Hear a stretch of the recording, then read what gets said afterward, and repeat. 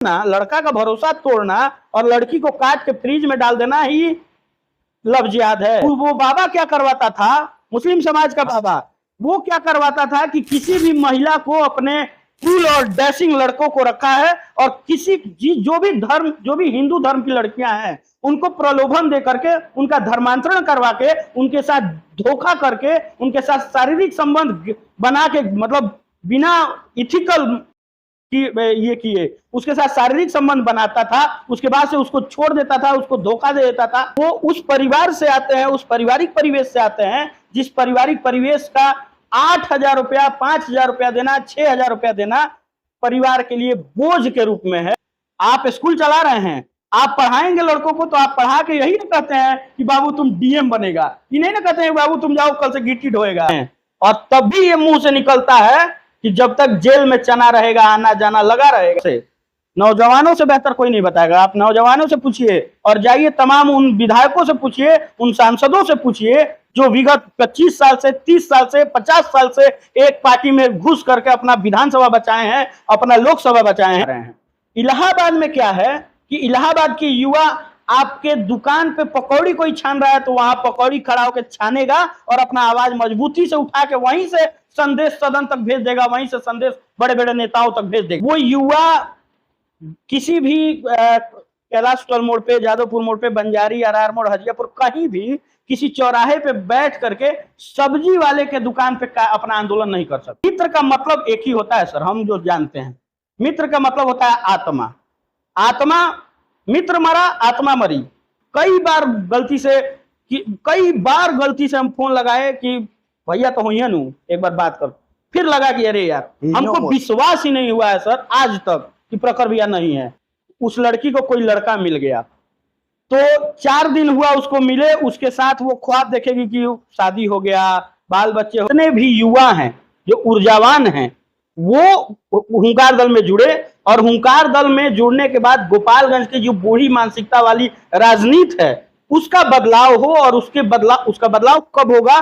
जब युवा मुखर होकर के एक मंच पे आएंगे, और जब एक मंच पे आएंगे और एक स्वर में चिल्लाएंगे तब वो सब बदलेगा। सनातन ये कहता है कि सिर्फ और सिर्फ कुछ है तो गोत्र है, और हम गोत्र मिलाइए, और गोत्र आपका नहीं मिलता है तो आप गलत हैं, आपका शादी विवाह करने का अधिकार नहीं है। बाप के लिए उसकी बेटी उसकी शान है और उसका गौरव है। प्रखर दुबे हमारे मित्र नहीं थे सर, प्रखर दुबे हमारे बड़े भाई थे। मतलब पुलिस का लाठी ही है, पुलिस का डंडा ही है जो याद दिलाते रहता है बार बार, सुनो तुम इसी के लिए बने हो, तुमको यही करना है।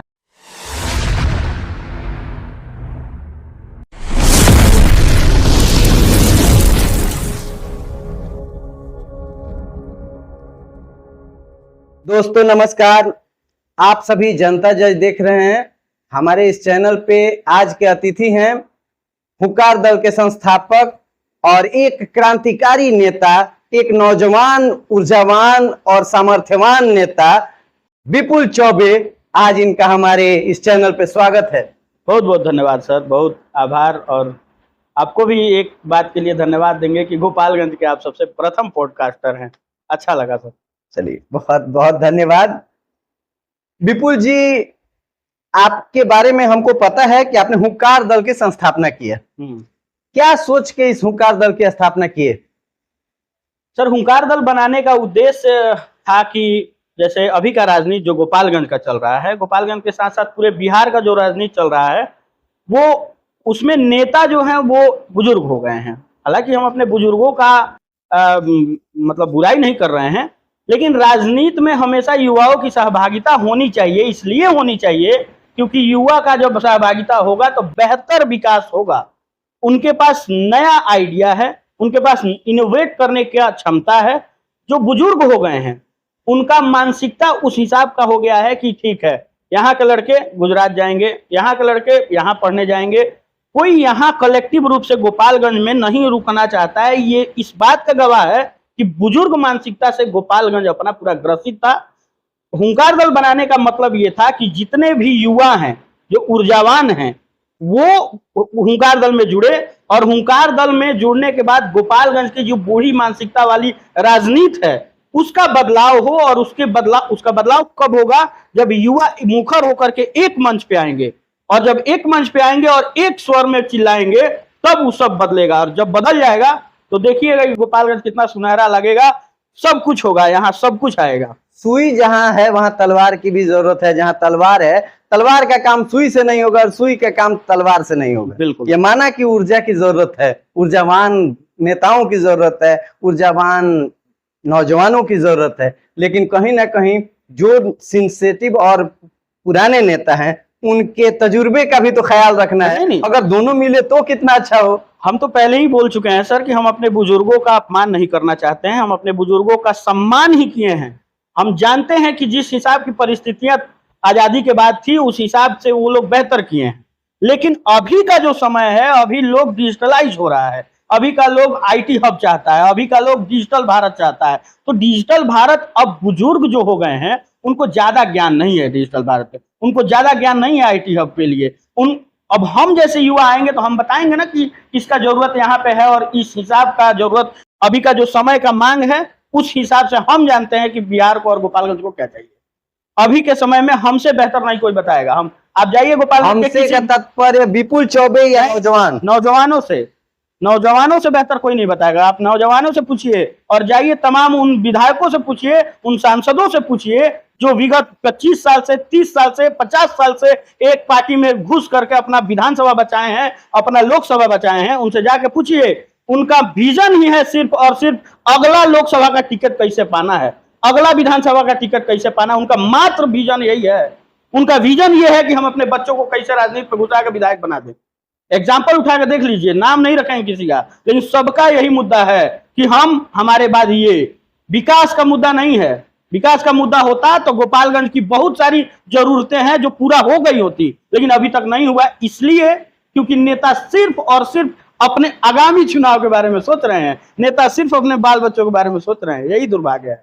तो हुंकार दल खोलने का मुख्य उद्देश्य क्या रहा? हुंकार दल खोलने का मुख्य उद्देश्य है कि एक मंच पे युवाओं को ले आकर के इकट्ठा करना और हर एक आवाज जो सार्थक आवाज है, जो सामाजिक आवाज है, उसके लिए मुखरता से आवाज उठाना। और हम लोग मुखरता से आवाज भी उठाते हैं हर सामाजिक मुद्दों पे। क्या आपको लगता है कि आप जिस मकसद से हुंकार दल की स्थापना किए वो उसमें आप कामयाब हुए?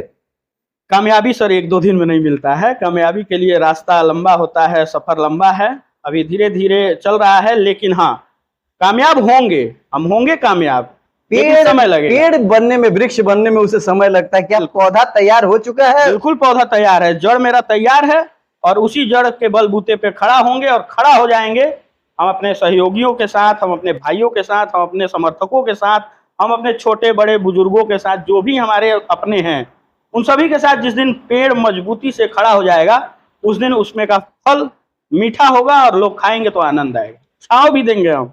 क्या बात का दावे के साथ करें, छांव भी देंगे। अच्छा, अभी राजनीति से आप प्रेरित हैं, राजनीति में हैं, और राजनीति की शुरुआत आपकी, हमको जहां तक पता है, इलाहाबाद से हुई है। पूरा इलाहाबाद में आपकी राजनीति हुई। वहां आपको पुलिस ने बड़े बेरहमी से टांग के मेढक की तरह लेके गए थे। क्या कहेंगे इस पे? सर शुरू से कॉमरेड रहे हैं हम।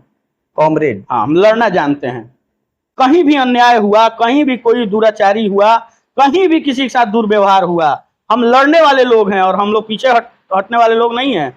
और पुलिस से, अधिकारी से, वकील से, कोर्ट से, जैसे भी बात करना है, हम अपना हक हुकूक जानते हैं, हम बेहतर दिशा जानते हैं, हम पढ़े लिखे लोग हैं, हम लोग बेहतरीन अपना बात रखना जानते हैं और लड़ना जानते हैं। अब आप लड़िएगा और जहां भी थोड़ा बहुत ऊंच नीच हुआ आपको पुलिस उठाएगी।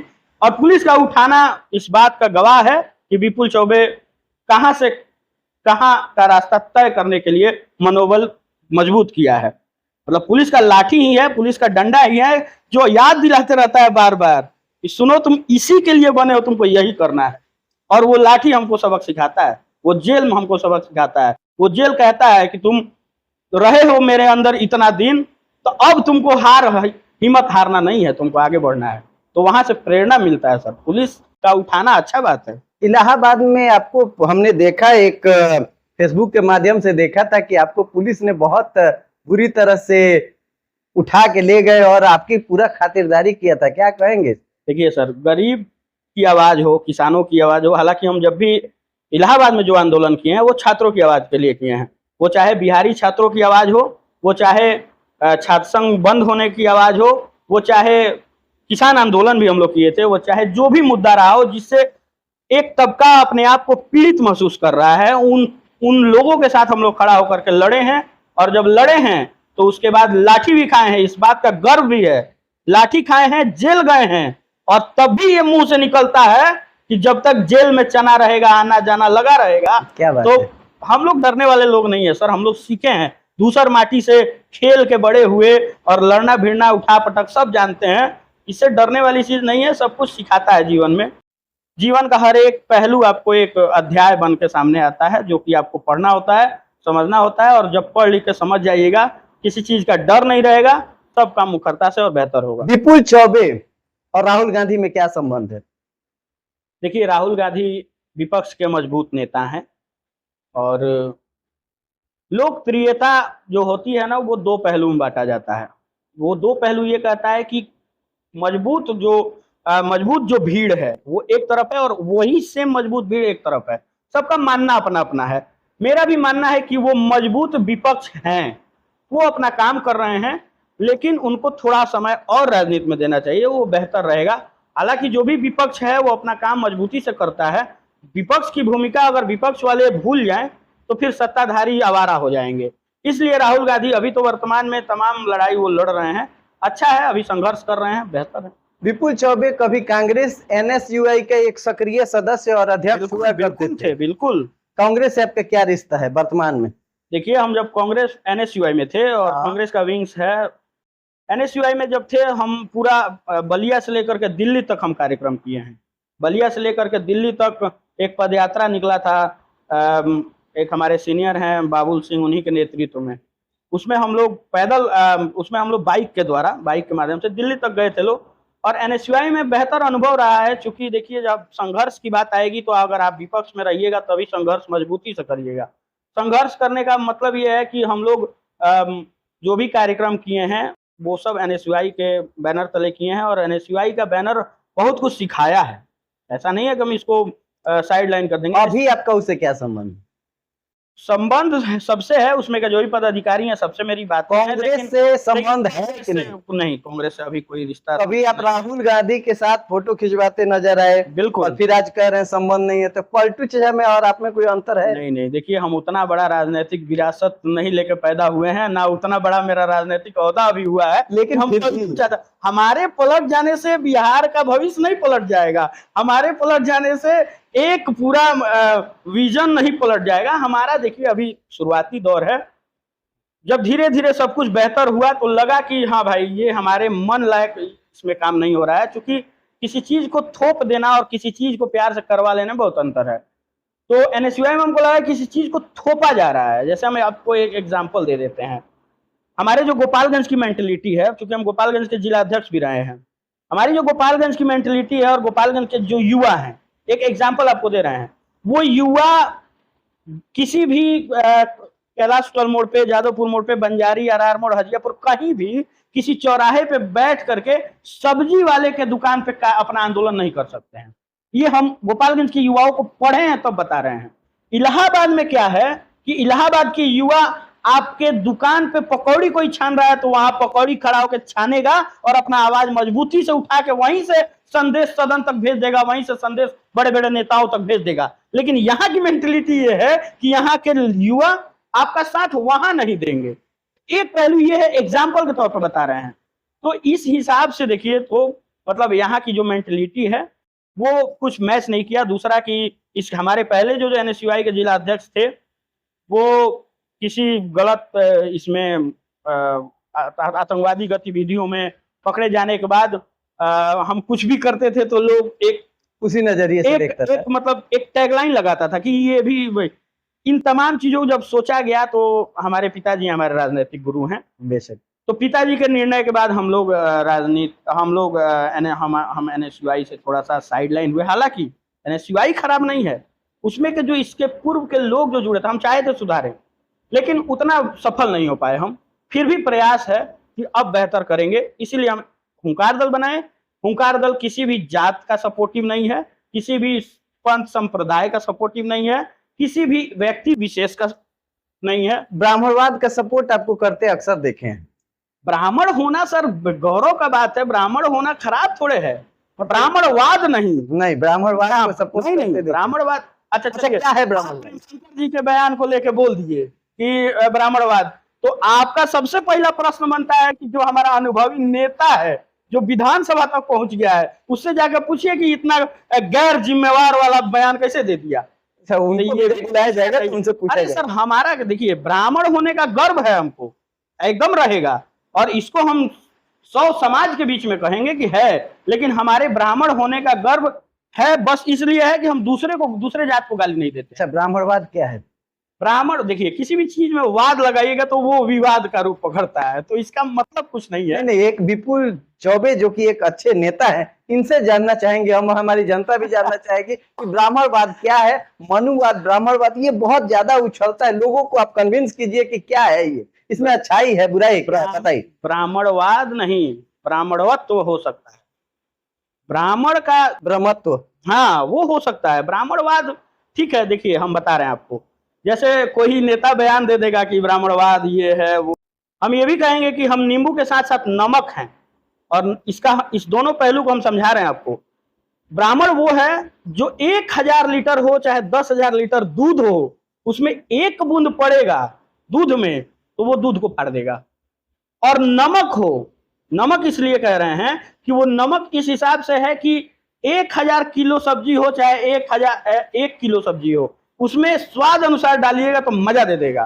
तो दोनों हमारे पास है। अब आप इसको ब्राह्मणवाद के हिसाब से लीजिए, आप इसको दूसरे पहलू से क्या है हम ये जानना चाहें। कुछ नहीं है सर, ब्राह्मण है, ब्राह्मण है, नहीं, हम नहीं मानते। और ब्राह्मण को तो कहते हैं, हमने जहां तक पढ़ा है कि ब्रह्मत्व जनासी ब्राह्मण, जिसे ब्रह्म का ज्ञान है वही हाँ, ब्राह्मण वही है, ब्रह्म के उपासक हैं ब्राह्मण। हाँ, जिनकी रचना ब्रह्म से हुई वो है ब्राह्मण।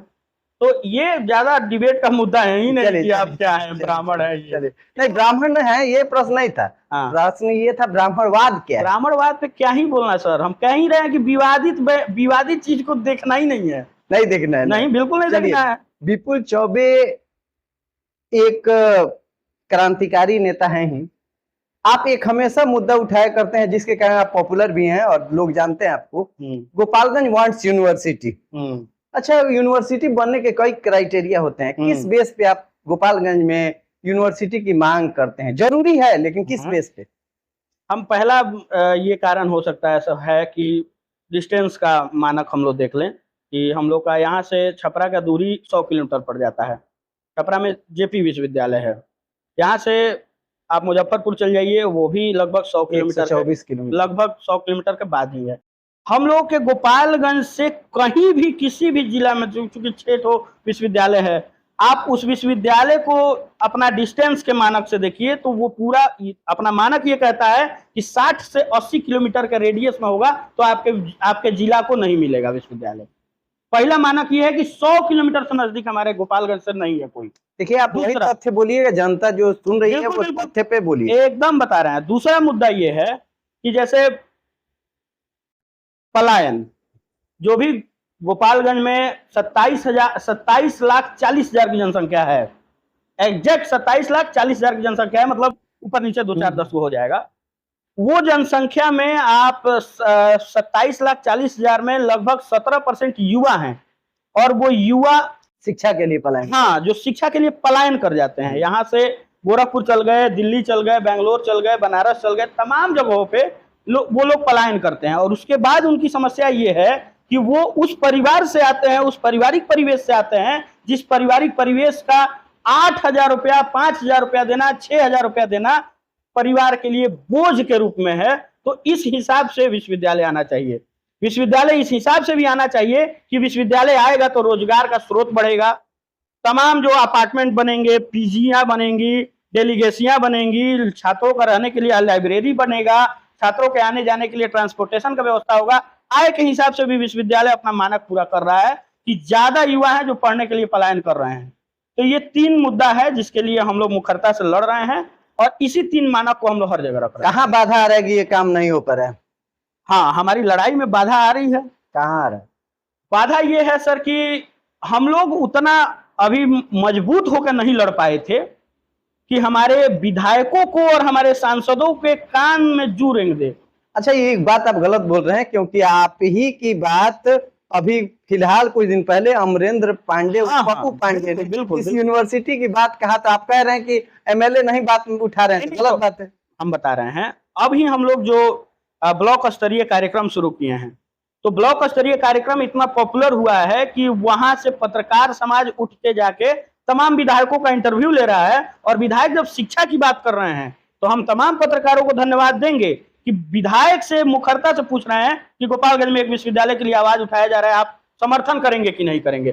तो अब हमारा मेहनत और अब हमारा संकल्प इतना टाइट और इतना मजबूत हो रहा है कि तमाम विधायकों तक ये बात पहुंच रहा है। हालांकि हम हुंकार दल में फिर आते हैं कि वो बूढ़ी मानसिकता वाले नेता ये समझ ही नहीं पा रहे हैं कि गोपालगंज में विश्वविद्यालय की जरूरत भी है कि नहीं है।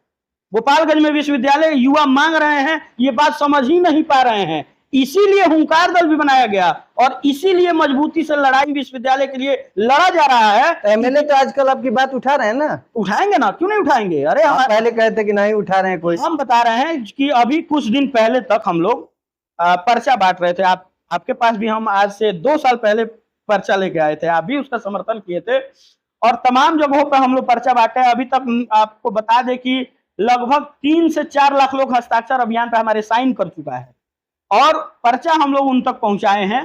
पर्चा पहुंचाने के बाद उनको जागरूक किया गया था कि आपके लिए ये लड़ाई लड़ने जा रहा है आदमी। अब 14 ब्लॉक में हम गोपालगंज विश्वविद्यालय के लिए 1 दिवसीय धरना कर रहे हैं, 1 दिवसीय सभा कर रहे हैं और तमाम लोगों को बता रहे हैं कि गोपालगंज में विश्वविद्यालय आएगा तो कितना बेहतर होगा। और वो लोग को हम इस बात के लिए भी जागरूक कर रहे हैं कि जिस दिन हमारा आंदोलन गोपालगंज में पहुंचेगा उस दिन आप ज्यादा दिन के लिए नहीं, हम अनिश्चितकालीन धरना और भूख हड़ताल पर बैठेंगे और हम ज्यादा दिन के लिए गोपालगंज के किसी युवा को डिस्टर्ब नहीं करेंगे। हम चाहेंगे कि आप एक दिन 2-2 घंटा का अपना समय निकाल करके हमारे उस आंदोलन में पहुंचिएगा और जिस दिन आप उस आंदोलन में पहुंच करके उस आंदोलन को क्रांति का रूप दीजिएगा, उसके बाद विश्वविद्यालय तो छोड़िए, जो मांगेंगे वो मिलेगा और गोपालगंज को लंदन बनाया जाएगा। विश्वविद्यालय आएगा, लोग पढ़ेंगे और पढ़ेंगे तो नहीं कह रहे हैं कि पटना को पुणे बनाएंगे, हाँ, को मुंबई बनाएंगे। वो ज्यादा जानते हैं, हम लोग थोड़ा कम जानते हैं, तो हम लोग उस हिसाब से बोल रहे हैं। आप तो सीधे लंदन पे चले जा रहे हैं। नहीं, हम बता रहे हैं ना कि यहाँ के लोग पढ़ेंगे तो उनकी मानसिकता लंदन के लोगों की तरह हो जाएगी। आप स्कूल चला रहे हैं, आप पढ़ाएंगे लड़कों को, तो आप पढ़ा के यही ना कहते हैं कि बाबू तुम डीएम बनेगा, ये नहीं ना कहते हैं बाबू तुम जाओ कल से गिट्टी ढोएगा, नहीं ना बोलते हैं। बस इसीलिए हम भी कह रहे हैं कि लंदन वाला मामला होगा, मतलब लंदन की तरफ सोच बढ़ेगा। हम लंदन बनाने के लिए कैसे कर देंगे, मेरे तो कोई औकात ही नहीं है। हम गरीब परिवार के लड़के लंदन थोड़े बनाएंगे, हमारे नेता को सोचना चाहिए। हालांकि लंदन बनना कोई बड़ी बात नहीं है सर, लंदन बन सकता है, लेकिन बनाने वाले नेता के पास उतना टाइट विजन होना चाहिए कि लंदन कैसे बनेगा। Rome was not built in a day. कोई काम एक दिन में नहीं होता, लेकिन एक दिन जरूर एक दिन होगा सर, बिल्कुल मिलेगा विश्वविद्यालय। यानी कि आपके कहने का मतलब विश्वविद्यालय में जितना अवरोध हमारे नेतागण लोग कर रहे हैं उससे कहीं ज्यादा यहाँ के नागरिक लोग और युवा समर्थन न देके कर रहे हैं। नहीं, नागरिक लोग चाह रहे हैं कि हो जाए, लेकिन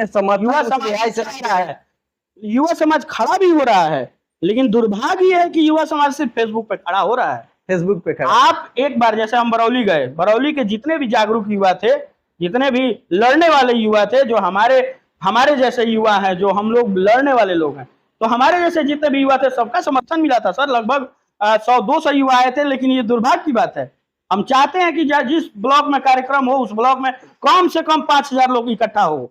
हम इसके लिए जागरूकता भी फैला रहे हैं, लेकिन फिर भी दुर्भाग्य है, लेकिन कोई बात नहीं है। इस चीज को मजबूती से हम ले रहे हैं कि 50 लोग भी आ रहे हैं, 200 लोग भी आ रहे हैं, तो वो उनका सोच बदल रहा है और उनका सोच बदलेगा तो हमको यहाँ जिला में भी समर्थन करेंगे, पटना भी जाकर समर्थन करेंगे और पटना तक नहीं मिलेगा तो दिल्ली तक जाया जाएगा और वहां से लिया जाएगा विश्वविद्यालय। एकदम दावा के साथ कह रहे हैं। ईश्वर आपकी आवाज को यूं ही बुलंद रखें। और ये बताइए, आप हुंकार दल की स्थापना किए, हुंकार दल की स्थापना किए तो आपके साथ आपके बहुत सारे मित्र साथ जुड़े, उनमें से कुछ मित्र आज आपके परम विरोधी बने हुए हैं। क्या रीजन है कि जो आपके साथ चला मित्रता आपने नहीं निभाया? कहाँ कहीं कमी रह गया कि आपके जो परम मित्र हुआ करते थे वो कुछ आज आपके शत्रु बने हुए हैं? सर ये इसका 2 पहलू है। पहला ये है कि आप मित्रता की बात कर रहे हैं कि बिल्कुल। हमारे राजनीतिक जीवन को देख करके प्रभावित हुए लोगों का जुड़ाव की बात कर रहे हैं। नहीं दोगे आप, अगर आप राजनीतिक बात जीवन, कर रहे हैं, राजनीतिक हाँ। जीवन को देख के प्रभावित जो लोग होंगे हाँ, वो उसका दुष्प्रभाव नहीं करेंगे, श्योर है कि आपके समर्थन में आएंगे या आपके कंपटीशन में आएंगे। लेकिन आपसे अगर किसी को ईर्ष्या हो रही है, मान लीजिए कि आपसे, आपको वो देखना नहीं चाह रहा, चाहे कुछ ऐसा हो रहा है, तो कुछ न कमी तो आप में भी रही होगी, कुछ तो मजबूरियां रही ही होंगी, वरना यूं ही कोई बेवफा नहीं हो जाता। चलिए इस पे एक हमको भी शायरी याद आ रहा है कि तू इधर उधर की बात ना कर, तू ये बता कारवा कहाँ लूटा, मुझे रहबरों से सवाल नहीं, मुझे रहबरों से गिला नहीं, तेरी रहबरी से सवाल है। क्या बात। तो बात यह है सर कि अब जिसका आना जाना जो लगा रहेगा वो तो चलते रहेगा। मित्र का मतलब एक ही होता है सर, हम जो जानते हैं, मित्र का मतलब होता है आत्मा। आत्मा, मित्र मरा आत्मा मरी, मित्र के साथ धोखा आत्मा के साथ धोखा। मित्र वही होता है कि जो आपके, आप जैसे हैं, आप जिस हिसाब के हैं, आप जिस रंग के हैं, आप जिस पॉकेट के हैं, आप कैसे भी हैं, मित्र का मतलब वही होता है कि आपको स्वीकार करे। आपका चेहरा भी भावुक हो गया, कहीं आप प्रखर दुबे की ओर तो नहीं जा रहे हैं? प्रखर दुबे हमारे मित्र नहीं थे सर, प्रखर दुबे हमारे बड़े भाई थे। आज उनका जन्मदिन है, आज उनका जन्मदिन है। आज उनको जन्मदिन की हार्दिक शुभकामनाएं हम देंगे। वो जहां रहें महादेव की तरह रहें, राजा थे वो, और वो हमारे मित्र नहीं, हमारे बड़े भाई थे। हमारे लिए वो बहुत काम किए हैं, हमारे लिए बहुत समर्थन अपना दिए हैं। उनका समर्थन एकदम मेरे पिता की तरह रहा है, और उनका समर्थन मिलना मतलब मेरे लिए बहुत बड़ी बात थी। हम गोपालगंज में अकेले आए थे, प्रखर भैया हमको खड़ा किए, प्रखर भैया मेरा मदद किए, और उनके मदद से और हम अपने जोश जुनून से सब कुछ हुआ। प्रखर भैया के लिए क्या ही बोले, प्रखर भैया के साथ जो गलत हुआ उसके लिए आदमी आज भी मतलब मन दुखी रहता है। आज लगता ही नहीं है सर कि वो इस धरती पे नहीं है, लगता है कि अभी फोन करेंगे प्रखर भैया आएंगे। और अब कई बार गलती से हम फोन लगाए कि भैया तो हुई नू, एक बार बात कर, फिर लगा कि अरे यार हमको विश्वास ही नहीं हुआ है सर आज तक कि प्रखर भैया नहीं है। दुख है इस बात का, और इस दुख को हम किसी से बता नहीं पाएंगे, इतना दुख है उनके लिए। लेकिन बस ये है कि उनका मरना राजनीतिक रूप ले गया, इसलिए हम कह रहे हैं, क्योंकि न जाने क्या क्या हुआ, क्या क्या नहीं हुआ। अरे वो शेर थे और उनका अलग मानना था, उनका अलग मानक था, वो अलग आदमी थे, उनके जैसा कोई नहीं है। वो जो भी करता था एकदम सामने कर, उनके जैसा कह तो रहे कोई नहीं है गोपालगंज में, और वो थे तो हिम्मत थे, नहीं है हिम्मत टूट गया है, सही बता रहे हैं। फिर से खड़े होंगे ना? बिल्कुल खड़े होंगे सर। अच्छा, उन मित्रों के बारे में बताइए जो आप आखिर में जो पूछना चाह रहे थे कि जो मित्र आपसे खफा है उनके बारे में आप क्या कहेंगे? कोई मित्र तो आप में भी होगी। कोई मित्र खफा नहीं है सर हमारे। खफा है, आप अगर कह देंगे कि नहीं खफा है तो हम नहीं मान लेंगे, क्योंकि आपके मित्र खफा हैं, जो आपके साथ स्टैंड में एकदम खड़े रहे। आज वो कुछ मित्र आपसे नाराज हैं, तो उनको या तो आपको जाके मनाना चाहिए या अपनी बातें कहनी चाहिए, क्योंकि उनसे दूरी बनाना ठीक नहीं है। आप कह देंगे कि भी नहीं खफा है तो हम नहीं मानेंगे। नहीं, चलिए हम आपकी बातों को मान लेते हैं कि कुछ मित्र अगर खफा हैं तो इसका एक ही काम हम कर सकते हैं कि उनसे माफी मांग सकते हैं। अगर हमसे जो भी गलती हुई होगी तो हम उससे माफी मांग सकते हैं, लेकिन पता भी तो चलना चाहिए ना कि हम खफा हैं, क्या क्यों है, हम आपसे क्यों खफा है, ये भी तो बताइए। मित्र हैं अगर आप, तो आप आ करके समाज में ना आप नहीं बोल सकते हैं, क्योंकि मित्र का एक और परिभाषा होता है कि वो समाज में आप कैसे भी हैं आपका समर्थन करेगा। आप हट रहे हैं जब हमसे, तो अकेले मिलते ही हैं आप, तो आप जब हमसे अकेले मिल रहे हैं तब आप हमको बताइए ना कि विपुल तुम्हारे में ये गलती है, विपुल तुम्हारे में ये कमी है, हम उसको नहीं सुधारे तब ना मित्रता टूटेगा। आप एक्सेप्ट कर रहे हैं कि अगर आप में कोई कमी हो, आपका मित्र है, आप हमको मित्र कोई नाराज है तो आप स्वीकार करेंगे। मित्र मतलब अनफिल्टर्ड, मतलब मित्र में फिल्टर नहीं होना चाहिए। विपुल चौबे एक अच्छे वक्ता हैं, और एक अच्छे वक्ता से एक अच्छा प्रश्न है कि लव जिहाद एक मैटर है जो हमारे गोपालगंज में आंकड़ा निकला, आंकड़ा नंबर 2 से, जिसमें दिखाया गया लव जिहाद क्या है। फ्रीज में कटे कुछ लोगों को दिखाया गया। क्या है ये लव जिहाद? जिहाद वर्ड ये क्या है, जरा बताइए लोग। बड़ा शानदार और गंभीर सवाल है सर। मेरे अनुसार सर लव जिहाद है कि जैसे मान लीजिए कि प्रेम को उठाते हैं, पहले प्रेम में मतलब एकदम पारदर्शिता बननी रहनी चाहिए। अगर आप प्रेम करते हैं किसी से, चाहे हम किसी से प्रेम करते हैं, चाहे कोई भी समाज, कोई भी धर्म, कोई भी पंथ, कोई भी मजहब किसी से भी प्रेम कर रहा है, मजहब और धर्म और संप्रदाय का मतलब धर्म नहीं, उस धर्म का, उस विचार का, उस पंथ का एक व्यक्ति जो प्रेम कर रहा है और प्रेम में पारदर्शिता नहीं ला रहा है। जैसा हम बता रहे हैं आपको एग्जाम्पल, दिल्ली में एक लड़की को सही में फ्रिज में काट के बंद कर दिया गया। वो दिल्ली वाली जो लड़की जिसको काट के फ्रिज में बंद किया गया, वो कटने के लिए तो गई नहीं थी उसके घर, वो तो प्रेम करके गई होगी। प्रेम में पड़ी ही महिला चाहे पुरुष कुछ भी कर सकता है, तो वो प्रेम में पड़ के अगर उसके घर गई, यानी कि उस पे भरोसा था। बिल्कुल। और भरोसा उसका तोड़ना, लड़का का भरोसा तोड़ना और लड़की को काट के फ्रिज में डाल देना ही लव जिहाद है। ये और एक और बात बता रहे हैं, अच्छा जी, जबरदस्ती इसमें हम बता रहे हैं, सुनिए। हाँ बोलिए। जबरदस्ती किसी भी धर्म के व्यक्ति के साथ धर्मांतरण करवा देना लव जिहाद है। वो चाहे मुस्लिम हो, चाहे सिख, चाहे ईसाई हो। आजकल ईसाई समाज के ज्यादा लोग प्रलोभन देकर के धर्मांतरण करा रहे हैं। लव जिहाद इज ऑल्सो एग्जिस्टिंग हियर। अच्छा, ये यहाँ भी exist हो विपुल रहा है। चौबे से प्रश्न है कि जिहाद क्या होता है? किसी भी, देखिए, किसी भी चीज को छुपा करके मन में उसको, मन का हत्या कर देना ही जिहाद है। नहीं, हाँ। अगर हम बताना चाहेंगे, बताइए बताइए सर। जिहाद वर्ड होता क्या है? जिहाद वर्ड होता है, बहुत एक पवित्र वर्ड कहिए तो इसे है। जिहाद मतलब अन्याय, हाँ। बुराई या किसी भी तरह के गलत काम के खिलाफ आवाज उठाना जिहाद है। अगर आप झूठ बोल रहे हैं ना, अगर झूठ बोलना छोड़ दिए तो आपने झूठ के खिलाफ जब जिहाद किया। तो जिहाद का शाब्दिक अर्थ ये होता है, अच्छा, जैसे कि मतलब मैंने जो पढ़ा है, जिहाद का शाब्दिक अर्थ है अन्याय, झूठ, मतलब गलत काम के विरुद्ध आवाज उठाना या गलत काम को रोक देना ही जिहाद है। अब ऐसे में लव जिहाद की बात आई, तो लव जिहाद में जो लोग दोषी हैं, कितने लोग कैमरा पे फोटो खींच के उसे शेयर करते हैं। ये ज्यादा जरूरी है कि जो दोषी है उसको तुरंत सजा देना जरूरी है। बिल्कुल सजा देना जरूरी है। हाँ? एकदम सजा देना जरूरी है, चाहे वो किसी भी धर्म, किसी भी धर्म। हाँ। अगर मान लीजिए कोई मुस्लिम लड़का कोई गलत काम करते हुए पकड़ा जाता है, तो पूरे मुस्लिम समुदाय को बदनाम करना ज्यादा बेहतर है। कोई हिंदू लड़का कोई गलत काम कर दिया तो पूरे हिंदू समुदाय को बदनाम करना जरूरी है कि जो किया, जिसने देखा, उसको ऑन द स्पॉट सजा देना ज्यादा बेहतर है। ऑन द स्पॉट सजा देना जरूरी है। एक और चीज जो मार्केट में सर चलता है, हम उसके ऊपर भी प्रकाश डालेंगे कि जैसे मान लीजिए कि ज्यादातर लव जिहाद का जो शब्द है, ज्यादातर जो शब्द है ना, वो सिर्फ और सिर्फ मुसलमान समाज के लिए ही टारगेट किया गया है और ज्यादातर ये फिट वहीं बैठ रहा है। नहीं, क्या है, होता क्या है कि हम जिस प्रकार देखेंगे वैसा ही दिखता है। अच्छा है, जो दिखाया जाए वही दिखता है। हाँ, ये भी सच रहता है, ये भी। लेकिन सर हैदराबाद के प्रियंका रेड्डी, दिल्ली की शारदा, कलकत्ता में एक अभी लड़की का हुआ था बलात्कार, वहां भी बहन चाहे कोई भी हो, किसी के साथ भी ऐसा बता रहे हैं।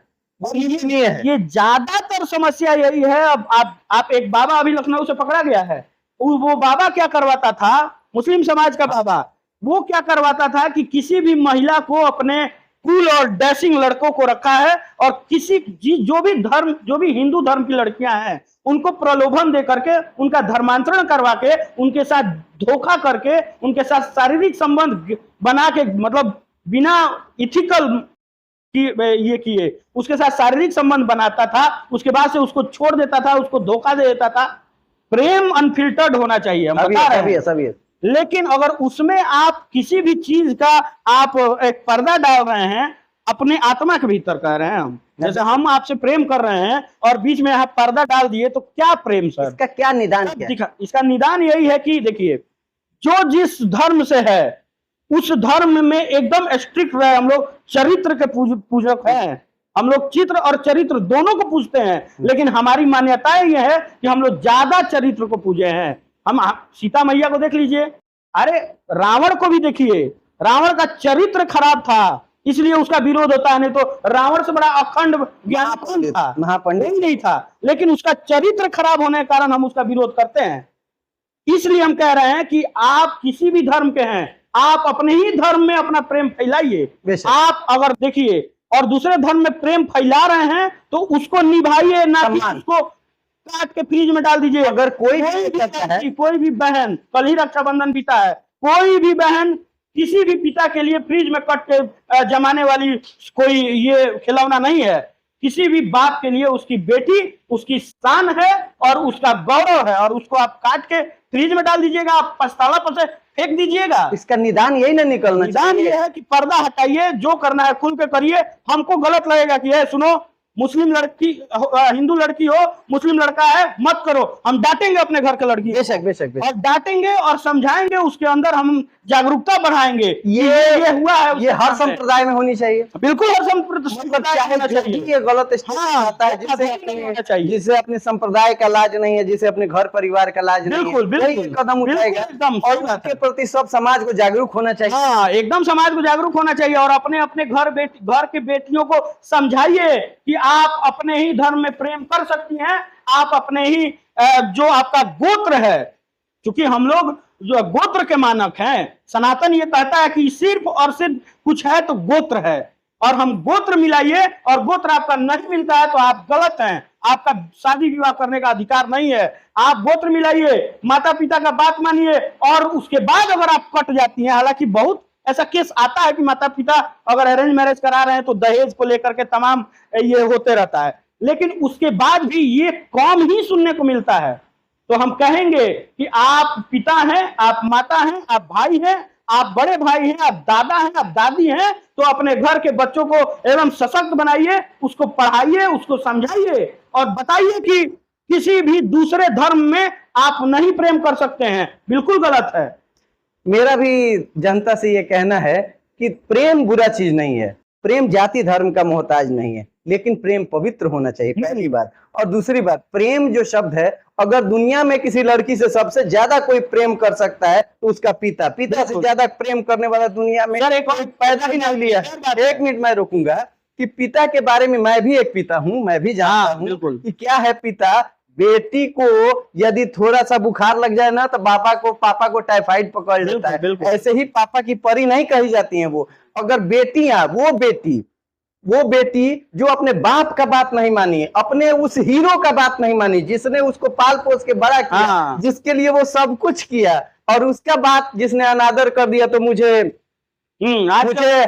कुमार विश्वास साहब की वो कविता याद आती है कि समंदर पीर का अंदर है लेकिन रो नहीं सकता, ये आंसू प्यार के मोती हैं इनको खो नहीं सकता, और मेरी चाहत को अपना तू बना ले ना मगर सुन ले, जो मेरा हो नहीं पाया वो तेरा हो नहीं सकता। क्या बात, हो नहीं सकता। तो जो लड़की अपने बाप की नहीं हुई ना, तमाम नौजवानों को जो प्रेम के पीछे अंधे हुए हैं, और जो तमाम लड़कियां जो प्रेम के पीछे अंधी हुई हैं, वो प्रेम जरूर करें, लेकिन इतना बात ध्यान रखें कि आपके प्रेम के पीछे आपके पिताजी का पगड़ी है, आपके कदम से आपके पिताजी बहुत लज्जित हो सकते हैं। आप प्रेम करके एक दिन मरिएगा, लेकिन आपके पिताजी प्रेम करके, आपके प्रेम करने से जिंदगी भर मरते रहेंगे। मेरा भी विपुल बाबू आपके साथ यही कहना है कि प्रेम कीजिए, खूब कीजिए, लेकिन अगर सबसे ज्यादा प्रेम करना है तो अगर लड़की है तो अपने पिता से कीजिए, अगर लड़के हैं तो आप अपनी माँ से कीजिए। इससे ज्यादा प्रेम कहीं नहीं हो सकता है। क्यों, मैंने सही कहा? एकदम सही सर।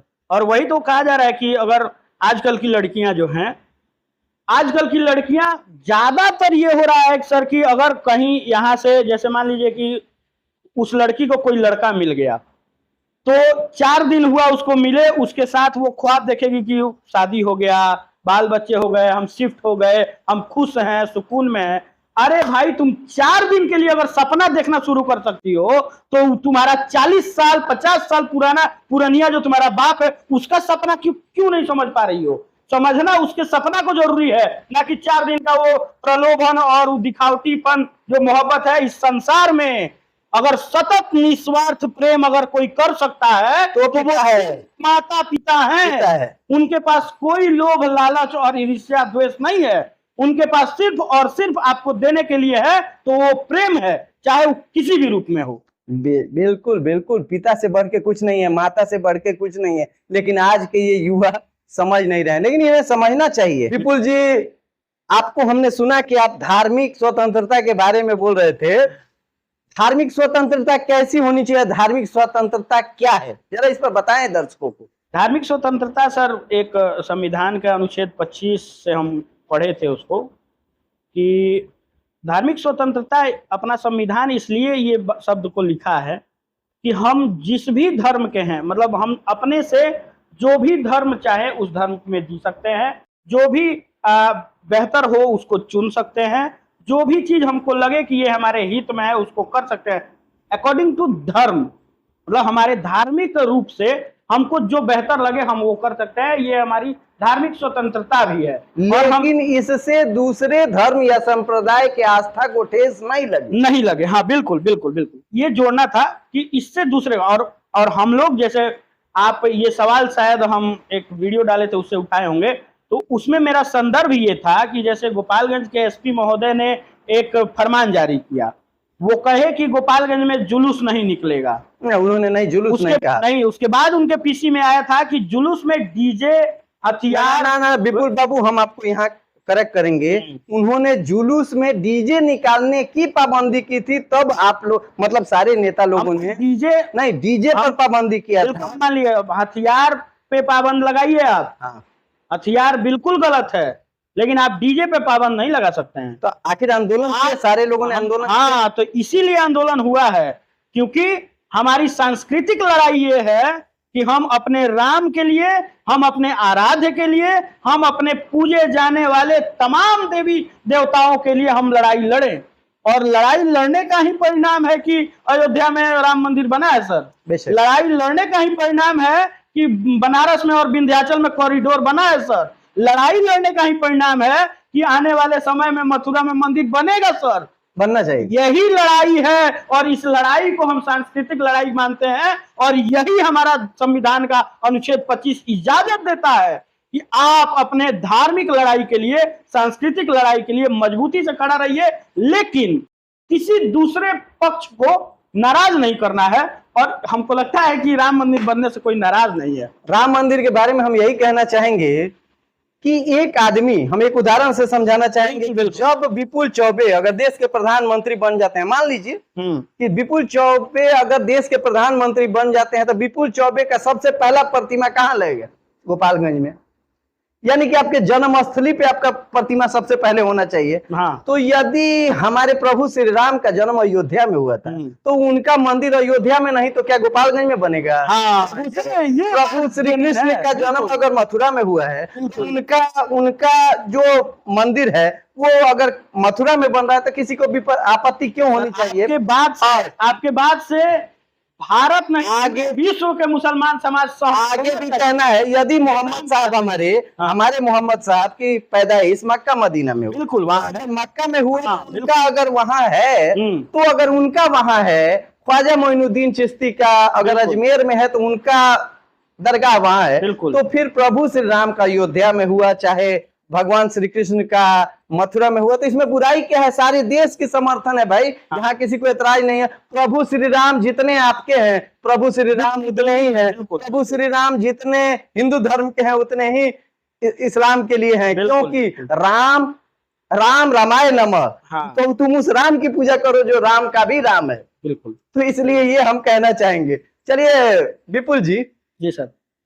एक मुद्दा बताइए, हम आपके माध्यम से लोगों को अच्छी जानकारी देना चाहते हैं, हम कोई व्यक्तिगत या जातिगत प्रश्न नहीं कर रहे हैं, हम आपके माध्यम से लोगों को बताना चाह रहे हैं कि एक विद्वान क्या सोचता है किसी बात के बारे में।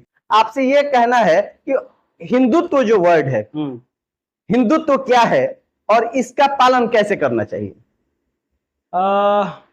हिंदुत्व सर मेरे अनुसार संस्कृति, सभ्यता, संबंध का परस्पर मेल है हिंदुत्व, क्योंकि हम इसको आपको बता रहे हैं एग्जाम्पल के तौर पे। जैसे संस्कृति हम इसलिए कहे हैं कि हम लोग का जो हिंदू धर्म है, हिंदू धर्म नहीं मतलब हिंदू सनातन धर्म है, जो हम लोग का हिंदू शब्द निकल के आया है, वो सर उसका तो इतिहास बहुत गहरा है, लेकिन हम इस बात को संस्कृति से इसलिए जोड़ रहे हैं ना सर, क्योंकि मान लीजिए कि जैसे हम लोग का जब गन्ना कटता है, तो हम लोग गन्ना काट के एक ईंट का ढांचा बना रहता है, जिसको हम लोग छठी मैया कहते हैं, और छठी मैया को हम लोग छठ पूजा को महापर्व की तरह मनाते हैं। तो संस्कृति इसलिए कह रहे हैं क्योंकि गन्ना जब कटा तो छठ आया, और छठ ही माई पे सबसे पहला गन्ना चढ़ता है, तभी जाता है चीनी मिल में। संस्कृति को जोड़ रहे हैं।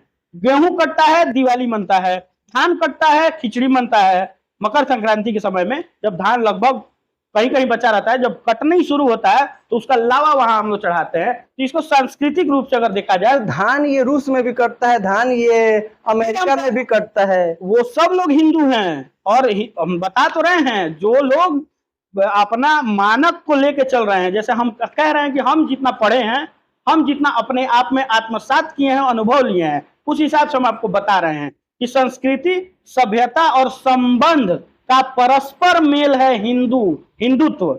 और इसमें क्या है कि हमको पता है कि हमारी माँ कौन है, हमारे पिता कौन है, हमारे दादा कौन है, हमारी दादी कौन है, हमारी बहन कौन है, हमारी बीवी कौन है। ये चीज हमको हिंदुत्व बताता है। अगर शॉर्ट में बताना हो लोगों को कि हिंदुत्व क्या है, क्या कहेंगे आप? हिंदुत्व है sir, according to me, Hindutva है संस्कृति, सभ्यता और संबंध का परस्पर मेल है, वही है हिंदुत्व। इस चीज में हम लोग सीखते हैं कि हम क्या हमारा संबंध है, क्या हमारा संस्कृति है, क्या हमारा सभ्यता है, और क्या हम किस आचरण से रह रहे हैं, कहीं किसी को ठेस किसी बात का तो नहीं पहुंच रहा है। इन तमाम चीजों को कलेक्टिव वे में अगर हम देखेंगे तो किसी भी चीज को, चाहे किसी भी व्यक्ति विशेष को किसी बात का दुख ना हो, इस चीज को हम मानते हैं कि यही है हिंदुत्व। यही है ना? बिल्कुल। यानी कि वह जगह जहां सब लोग आपसी प्रेम भाईचारे के साथ बिल्कुल सामाजिक बना रहा है, वो जो नियम ये सिखाता है वही हिंदुत्व है। बिल्कुल सर। काश कि हमारा संपूर्ण देश हिंदुत्व के रास्ते पे चलता और यहाँ से मतभेद मिटता, मनभेद मिलता, और आपस में सब लोग जैसे विपुल चौबे रियाज अली साहिल के साथ बड़े भाई और छोटे भाई के साथ रहते हैं, जैसे हमारे गुंजन सिंह रियाज सर के साथ रहते हैं, जैसे कि हमारे अभिषेक दुबे जी रियाज सर के साथ रहते हैं, और एक दूसरे के साथ प्रेम और आपसी भाईचारा के साथ रहते हैं। यही भाईचारा हमारे देश में अगर आ जाए तभी हम कहेंगे हमारे देश में असली राम राज्य है, तभी हम कहेंगे हमारे देश में असली हिंदुत्व है। और इसी हिंदुत्व के पीछे तमाम पार्टियों को, सभी को जाना चाहिए। विपुल जी, आप हमारे चैनल पे आए, आपका हृदय से धन्यवाद। आपका राजनीतिक जीवन हमेशा आगे बढ़ता रहे, और हम चाहेंगे कि गोपालगंज की धरती से एमएलए हैं, आप MP, CM और PM तक बने, ये हमारी कामना है। बहुत बहुत धन्यवाद, बहुत बहुत धन्यवाद।